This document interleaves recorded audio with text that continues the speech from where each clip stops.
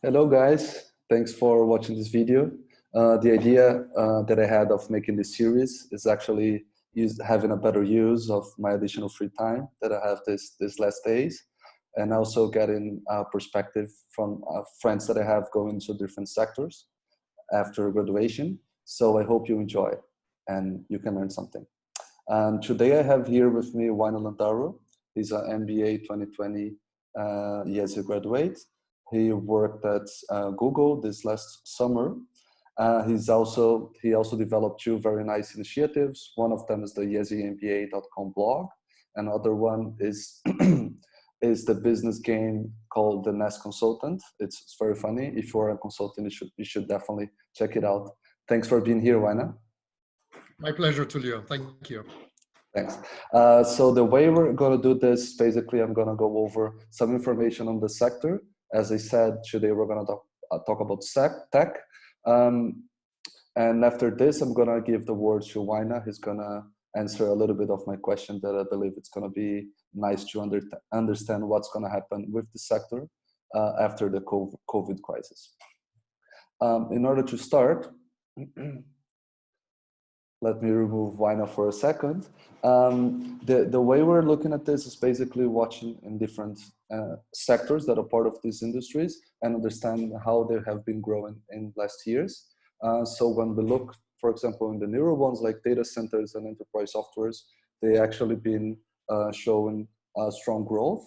When we look at the gigantic telecommunication services, they're actually not doing that well. Someone could argue if telecommunication is actually part of tech or not, but I decided to include them here. So they're basically flat in the last years. When we look at additional sectors, so for example, if we look at wearables, which is a very new one, and the sector just started basically in 2016, they have been growing very strongly in the last year, so double digit every year.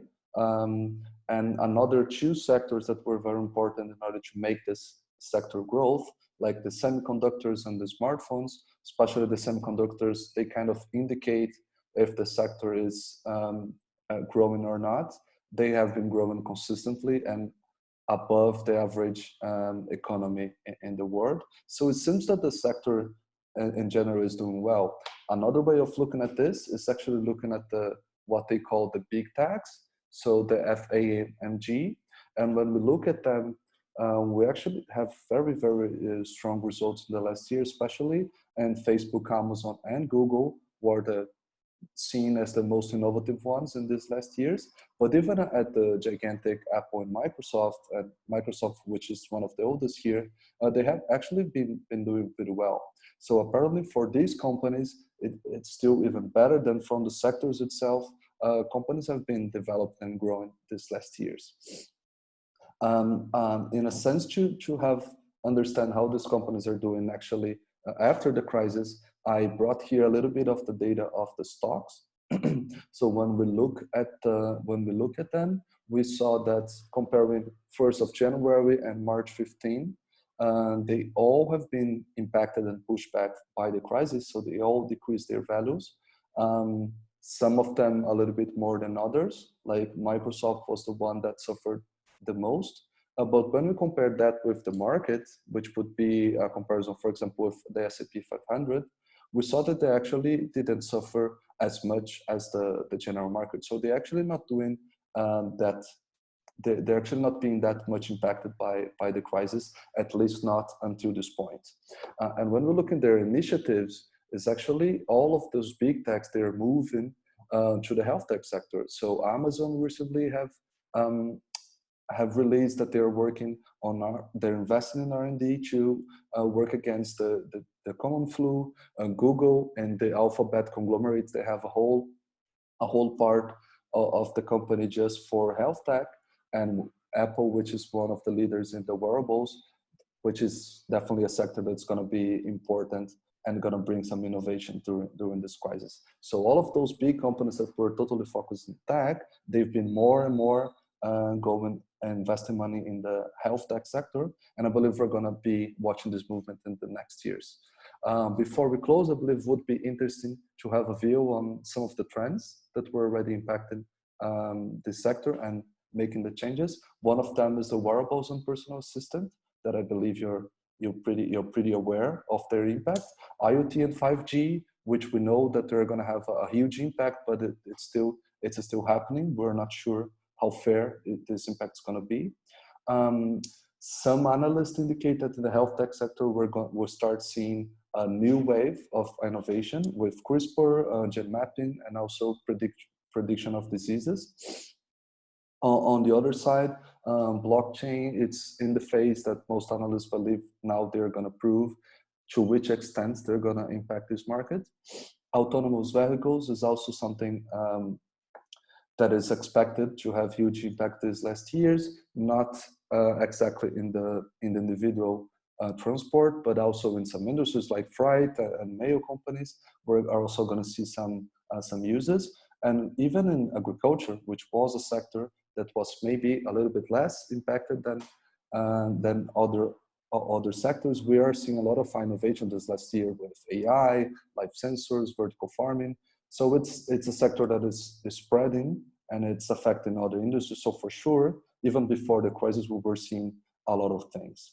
Now we would like to bring Waina back in order to have his view on some of my questions that I believe would be interesting to understand what's going on here. So first, I would like Waina to understand your point of view and why do you believe that the big techs showed such a strong growth in the last years? I think it's pretty clear why people are digitalizing their life like more and more. I mean, now we get entertained, we work, we get educated even online. And I think, big tech have been just following those trends. You mentioned like the big tech companies like Google and Amazon. I think those managed to grow even better because they have huge amounts of resources and they manage to use those resources to keep in the game. Like, for example, we know that Facebook acquired Instagram, WhatsApp, Oculus. There's the same phenomenon at Google when they acquired DeepMind, Waze, and so on. And I think doing that, they managed to keep their competitive advantage. And that's how we see the trend of those companies growing. Great. And regarding the trends that I've been discussing in the last slides, which of those trends do you believe they're going to be most impacted by the COVID crisis, and how can companies leverage on that? So I think the tendency of digitalizing your life is gonna grow even more in the coming years. I think work from home, education, health tech will be big topics in the next years. I also think that because people will digitalize their life more, companies will kind of understand that in-person meetings and in-person activity is not really necessary. Mm-hmm. And I believe this crisis could actually bring good things. For example, decrease the real estate price in large cities, make jobs more flexible and things like that. Okay, yeah. So it's good to bring an optimistic view to the table. And what do you believe are the challenges that are being brought by this crisis? Yeah, so the challenges for sure is everything related to industry, retail, and like non-digital partners. Mm-hmm. I think for now, the challenge will be to convince those companies that transforming themselves, digitalize their activities, is actually very beneficial for them, and they will have to invest in those like digital infrastructure in the future. I think getting the message across and convince them to invest in automation and remote working is probably a challenge for big tech. Yeah. Having worked in a big tech like Google, which of the departments in companies like this do you believe are going to be like positively, and which are going to be negatively impacted by this crisis? Yeah, so I think the corporate world will be shaken by this. All the account managers, sales will have trouble, maintaining their targets, and so I think sales will probably be the sector or department that will be impacted the most. But it depends on the service as well. I think like cloud investments will decrease. I think streaming in YouTube, e-commerce, and those type of things will increase. So I think it depends also of the department of the company and the product and service. There was another thing I wanted to say about the challenges. So there's another challenge apart from working with industry and retail, I think, is build the infrastructure for bandwidth and data centers. So I think it could lead to bringing back this notion of controlled internet, where premium users will have access to the better content, and free user might have like a lesser access to the internet. And I think it's really important for tech company to not fall into this trap. Internet is a free place, and it should stay that way. And I think there will be like lobby and law, and we're going to hear about this in the next few weeks. Yeah, thanks for bringing it up. It's definitely something that we should be paying attention on how this can develop in the next months of this crisis. We talked a lot about the big techs until this point, but what about the small companies, the startups, the ones that they don't have that many resources to invest and to create innovation at this point?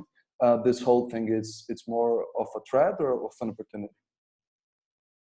Well, I think for established startups, it's definitely going to be a rough time. The financial sector has been hit so hard that venture capitalists will probably put less money into funds and into young startups. Yeah. So that's for sure a challenge. Now, again, depending on the markets and the products, I think true digital products like e-commerce and virtual spaces like video cameras and this kind of streaming platforms and stuff like that will be for sure safe. And will still attract like enough client. Now, I think other sectors might be more impacted. But on the other side, I think for entrepreneurs, this is a very, very interesting times. Sure. This COVID is creating lots of problems that need to be solved. And I think, we have time to think about solutions. And I think it's a great time for entrepreneurs to develop solutions to the problems we're facing right now. So interesting times, I think, for startups. If you're not established enough, it's still time to pivot, maybe adapt the product to the crisis that we're facing. That's great. That's great. That's definitely a good moment. And in order to close, so if you are an MBA student or another professional that is planning to go to the tech sector, or actually already have a job to be started, let's say in the next summer, how should you prepare, or how should leverage a little bit on the situation and make sure you're going to get there a little bit better prepared? Yeah, so I think understanding the market and how the crisis is gonna influence your job or your department is super important. I think it's the first question everyone's gonna ask. Yeah. I think focusing on products and services that are like truly digital, like streaming platforms, educational startups like e-learning and this type of things, is probably should be a priority in terms of like job searching. And networking is a little bit harder, but I think it's still time to hit LinkedIn and try to talk to people in the sector and see what's going to happen.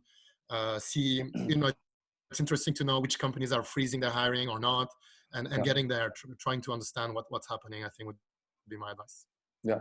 One last question that was not in the script. So with the increase in Netflix and Chill, should we expect that Netflix stocks are going to be increasing these next weeks?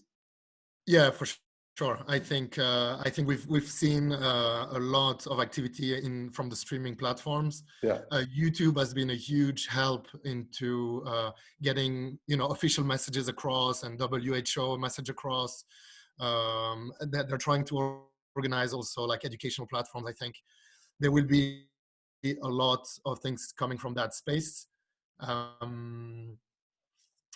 Yeah, we've also seen a spike in piracy. Popcorn Time has been having a second life right now, so Yeah, for sure, everyone's on this platform, and like yeah, for great. sure. Waina, thanks a lot for making your time available. Thanks a lot for you if you're still watching this video. I hope that it could be a little bit useful for you. And see you next time. Thank you. Thank you, Tulio. Thank you. Bye bye.